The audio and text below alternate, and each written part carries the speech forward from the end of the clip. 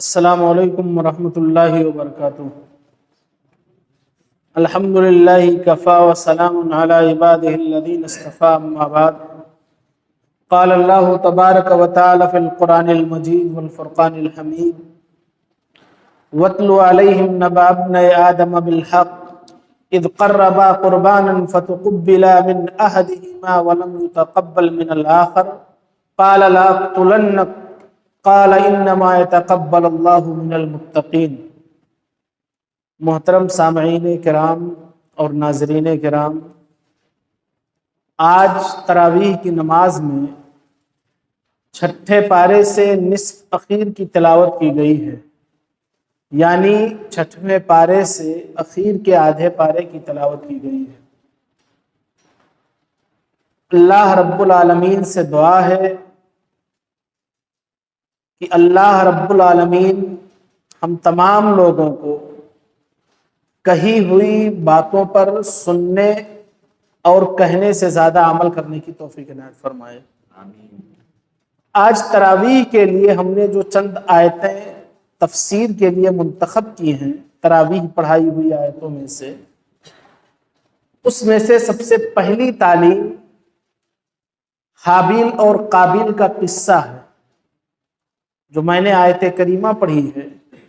اللہ تبارک و تعالی نے کہا کہ آپ نبی پاک صلی اللہ علیہ وسلم کو حکم دے رہا ہے کہ آپ تلاوت کیجئے بنی آدم کے دونوں بیٹوں کا قصہ حقیقت اور سچائی کے ساتھ بیان کیجئے۔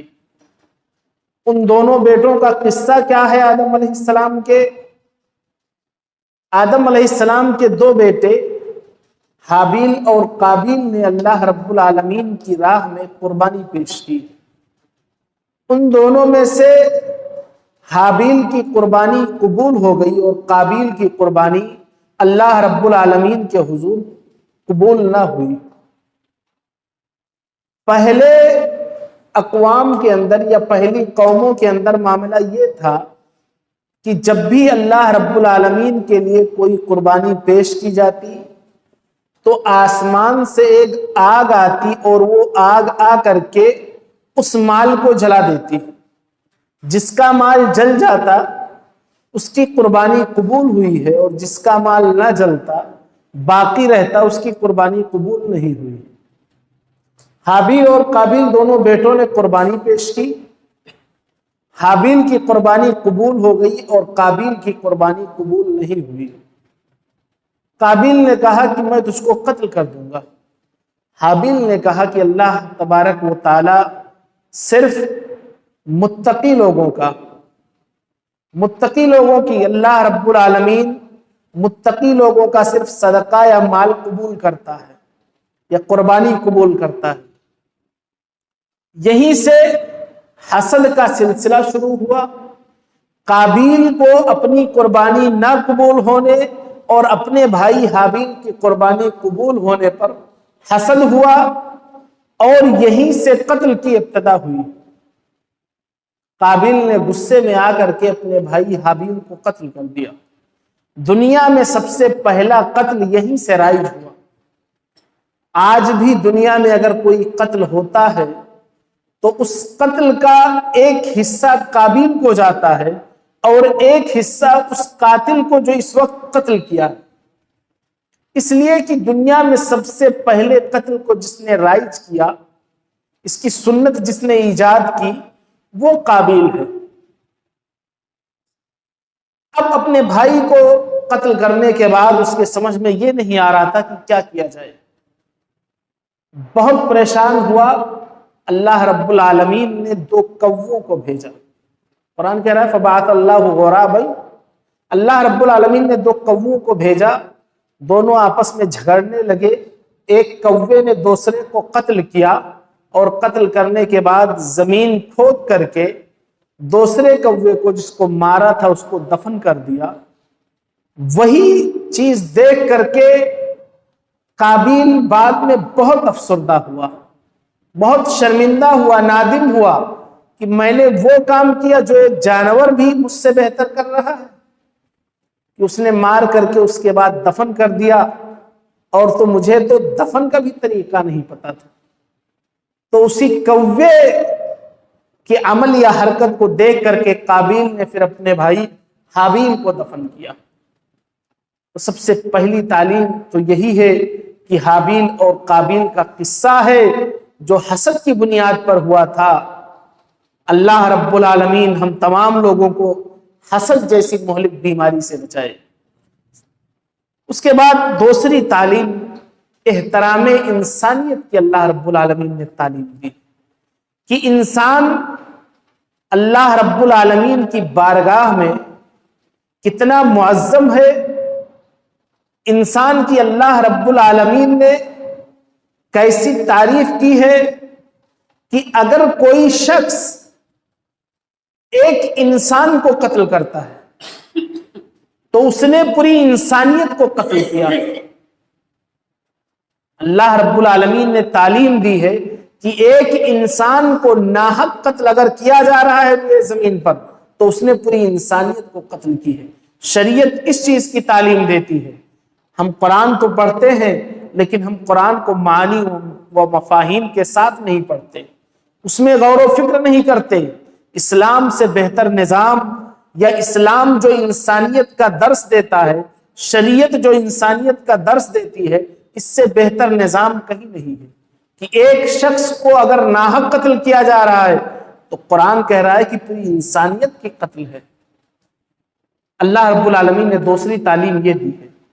تیسری تعلیم فتنہ و فساد کی اللہ رب العالمین نے سزا بتلائی ہے کہ اگر کوئی شخص فتنہ و فساد برپا کر رہا ہے تو اس شخص کا معاملہ کیا ہے؟ فتنہ فساد برپا کرنے والا اللہ تبارک و تعالی سے لڑائی کر رہا ہے، اللہ تبارک و تعالی سے۔ انما جزاء الذین یحاربون اللہ ورسولہ ویسعون فی الارض فسادا، جو شخص فتنہ و فساد برپا کر رہا ہے وہ اللہ اور اس کے رسول صلی اللہ علیہ وسلم سے لڑائی کر رہا ہے۔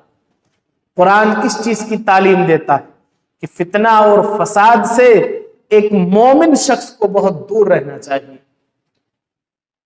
فتنوں کا کیا ہے؟ فتنے تو ایک دم تاریکیوں کے مانند ہیں۔ ہم کو اور آپ کو ان تمام فتنوں سے بچنا چاہیے، اور اللہ کے رسول صلی اللہ علیہ وسلم نے فتنوں سے بچنے کی دعا سکھلائی ہے ہر نماز میں۔ اللہم انی اعوذ بک من فتنۃ المسیح الدجال، اللہ رب العالمین میں فتنہ دجال کے فتنے سے میں پناہ چاہتا ہوں اور تمام فتنوں سے میں تیری پناہ چاہتا ہوں۔ ہر مومن کو یہ دعا کرنی چاہیے۔ ایک چوتھی تعلیم اللہ تبارک و تعالی نے وسیلہ کی دی۔ وسیلہ کس سے لگایا جائے، وسیلہ کس سے طلب کیا جائے؟ قرآن کہہ رہا ہے وَابْتَغُوا إِلَيْهِ الْوَسِيلَةَ، وسیلہ کس سے طلب کرو؟ اللہ رب العالمین کی طرف، جو اس چیز پر قادر ہے اس سے وسیلہ طلب کرو۔ تمام راستوں کا بنانے والا، تمام چیزوں کا خالق، تمام چیزوں کو پیدا کرنے والا اللہ رب العالمین ہے۔ ہمیں اگر کوئی بھی چیز مانگنی ہے، یہاں تک کہ حدیث کے اندر ہے کہ اگر ہمیں اپنے جوتے کا تسمہ بھی مانگنا ہے تو ہم اللہ رب العالمین سے مانگیں۔ قرآن کہہ رہا ہے کہ اللہ رب العالمین بہت قریب۔ کچھ لوگ کہتے ہیں کہ ڈائریکٹ اللہ رب العالمین سے کیسے سوال کیا جائے؟ قرآن کہتا ہے وَنَحْنُ أَقْرَبُ إِلَيْهِ مِنْ حَبْلِ الْوَرِيدِ، جب اللہ رب العالمین شہ رگ سے بھی زیادہ قریب ہے تو اس میں کس کے وسیلے کی ضرورت ہے؟ تو اگر وسیلہ ہم طلب کریں تو کس سے؟ اللہ رب العالمین سے ہم وسیلہ طلب کریں۔ ایک پانچویں تعلیم قرآن نے ہمیں یہ دی ہے کہ چوری کی سزا اس کا کچھ مقدار معین ہے، کہ اگر کوئی شخص ربع دینار کے برابر چوری کرے، قرآن نے ایک عام حکم بیان کیا ہے السارق والسارقۃ فاقطعوا ایدیہما، کہ اگر کوئی چاہے چور ہو چاہے چورنی ہو، اگر چوری کیا ہے تو ان دونوں کے ہاتھ کاٹے جائیں گے، چوری کرنے والے مرد کی بھی اور چوری کرنے والی عورت کی بھی ہاتھ کو کاٹا جائے گا۔ قرآن کی یہ تعلیم ہے، اور نبی اکرم صلی اللہ علیہ وسلم کی حدیث ہے، جیسا کل کے درس میں نے کہا تھا کہ ہم اسی وقت صحیح منہج پر چل سکتے ہیں جب ہم قرآن کے ساتھ ساتھ ہم حدیث کو مانیں گے۔ قرآن نے صرف ایک عام تعلیم دی ہے کہ چوری کی سزا ہاتھ کا کاٹنا ہے، کہ اگر کوئی چوری کر رہا ہے السارق والسارقۃ فاقطعوا ایدیہما، لیکن حدیث کے اندر ہے کہ کتنی مقدار میں جب چوری کی جائے تب ہاتھ کاٹا جائے گا۔ ایک چھٹی تعلیم یہ ہے کہ اللہ رب العالمین نے اہل ایمان کی صفت بیان کی کہ جو شخص من یرتد منکم عن دینہ، جو شخص مرتد تو ہو گیا لیکن اس کے بعد واپس وہ پلٹ آیا کس کی طرف؟ اپنے دین کی طرف، اس کا انتقال دین پر ہوا، تو ایسے شخص کی اللہ رب العالمین نے تعریف بیان کی ہے۔ اہل ایمان کی اللہ رب العالمین نے تعریف بیان کی ہے کہ اہل ایمان یہ اگر ان کا انتقال ہوا تو یہ جنتیوں میں سے ہوں گے۔ جس بھی شخص کا انتقال حالت ایمان پر ہوا، نبی اکرم صلی اللہ علیہ وسلم کی بہت ساری حدیثیں ہیں کہ انما الاعمال بالخواتیم، جو آخری عمل جو اللہ رب العالمین کے یہاں قابل قبول ہے وہ آخری عمل ہے۔ دیکھا جائے گا کہ اگر انسان کا آخری عمل ایمان کا لانا ہے، بیچ میں وہ مرتد ہو گیا تھا، دین سے پھر گیا تھا، لیکن آخری وقت میں اس نے رجوع کر لیا، توبہ و استغفار کر لیا، اللہ رب العالمین کے حضور آ گیا، اپنے دین پر واپس آ گیا اور اس کا انتقال دین پر ہوا، تو ایسے شخص کا بدلہ جنت ہے۔ اس کے بعد اللہ رب العالمین کے بارے میں یہودیوں کا ایک قول ہے، وہ کہتے ہیں کہ اللہ بخیل ہے، نعوذ باللہ من ذالک۔ یہودی کہتے ہیں کہ اللہ بخیل ہے۔ اللہ رب العالمین نے بڑی سختی سے ان کی ممانعت کی۔ یہودی کہتے ہیں ید اللہ مغلولہ غلت ایدیہم ولعنوا بما قالوا بل یداہ مبسوطتان۔ اللہ رب العالمین کے تو ہاتھ پھیلے ہوئے ہیں، اللہ رب العالمین بخیل نہیں ہے، بلکہ اللہ رب العالمین کی رحمت، اس کی فضیلت، اس کی برکتیں تمام لوگوں کے لیے یکساں ہیں اور پھیلی ہوئی ہیں۔ تو یہودیوں کا یہ کہنا کہ اللہ رب العالمین بخیل ہے، نعوذ باللہ من ذالک، اللہ رب العالمین کو ایسے صفت سے متصف کرنا، یہ یہودیوں ہی کا صرف شیوا ہو سکتا ہے۔ اللہ رب العالمین کے ہاتھ پھیلے ہوئے ہیں اور اللہ رب العالمین کی رحمت بڑی وسیع ہے۔ اس کے بعد اللہ رب العالمین نے تعلیم دی ہے کہ تبلیغ کس چیز کی جائے۔ نبی اکرم صلی اللہ علیہ وسلم کو حکم دیا گیا، تبلیغ بہت ساری ہوتی ہے، بہت سارے لوگ کہتے ہیں دین و اسلام کی بات ہوگی، لیکن باتیں کون سی ہونی چاہیے؟ قرآن نے کہا یا ایھا الرسول بلغ ما انزل الیک من ربک، اے رسول تم اس چیز کی تبلیغ کرو جس کو اللہ تبارک و تعالی نے تمہارے اوپر نازل کیا ہے، اور اگر ایسا آپ نہیں کریں گے، اگر جب آپ تبلیغ کریں گے تب معاملہ یہ ہوگا کہ واللہ یعصمک من الناس، اللہ رب العالمین لوگوں کے شر سے آپ کو محفوظ کر لے گا، بچا لے گا۔ اور اگر آپ ایسا نہیں کرتے ہیں وَإِن لَمْ تَفْعَلْ فَمَا بَلَّغْتَ رِسَالَتَهُ، اگر آپ اللہ تبارک و تعالی نے جس چیز کا آپ کو حکم دیا ہے وہ کام اگر آپ نہیں کرتے ہیں تو پھر آپ رسالت کو پہنچانے والے نہیں، آپ امانت میں خیانت کرنے والے ہو جائیں گے، نعوذ باللہ۔ لہذا امت محمدیہ کے ہر فرد اور ہر شخص پر ضروری ہے کہ وہ کتاب اللہ اور سنت رسول صلی اللہ علیہ وسلم کے مطابق بھلائی کا حکم دے اور برائی سے روکے، بھلائی کا حکم دے اور برائی سے روکے۔ یہ تعلیم عام ہے امت محمدیہ کے لیے۔ اللہ تبارک و تعالی نبی اکرم صلی اللہ علیہ وسلم کو حکم دے رہا ہے کہ آپ تبلیغ کیجئے اس چیز کی جس کا آپ کو حکم دیا گیا ہے۔ اس کے بعد ایک آخری بات جو آج کے درس سے مستفاد مسئلہ ہے وہ یہ ہے کہ یہودی مسلمانوں کے بڑے سخت دشمن ہیں.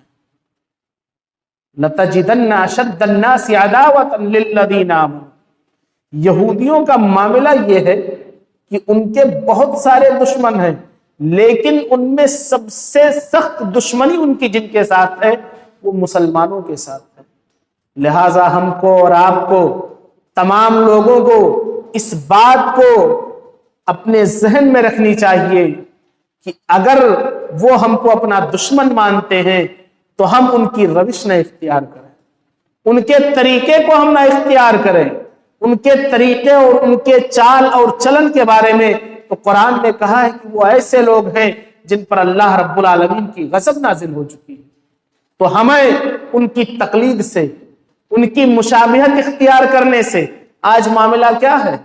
ہمارا پہناوا، ہمارا رہنا سہنا، ہمارا چلنا پھرنا، ہمارا اٹھنا بیٹھنا، ہمارا کھانا پینا، تمام چیزوں میں ہم مشابہت اختیار کرنے کی کوشش کرتے ہیں. لہٰذا ان کے تمام قسم کے حرکات و سکنات سے ہمیں بچنا چاہیے، ان کی مشابہت سے ہمیں دور رہنا چاہیے. ہمیں اللہ اور اس کے رسول صلی اللہ علیہ وسلم کے بتائے ہوئے طریقوں پر چلنا چاہیے. یہ چند باتیں تھیں جو آج کے تراویح کی نماز سے منتخب آیتوں کی تفسیر تھی.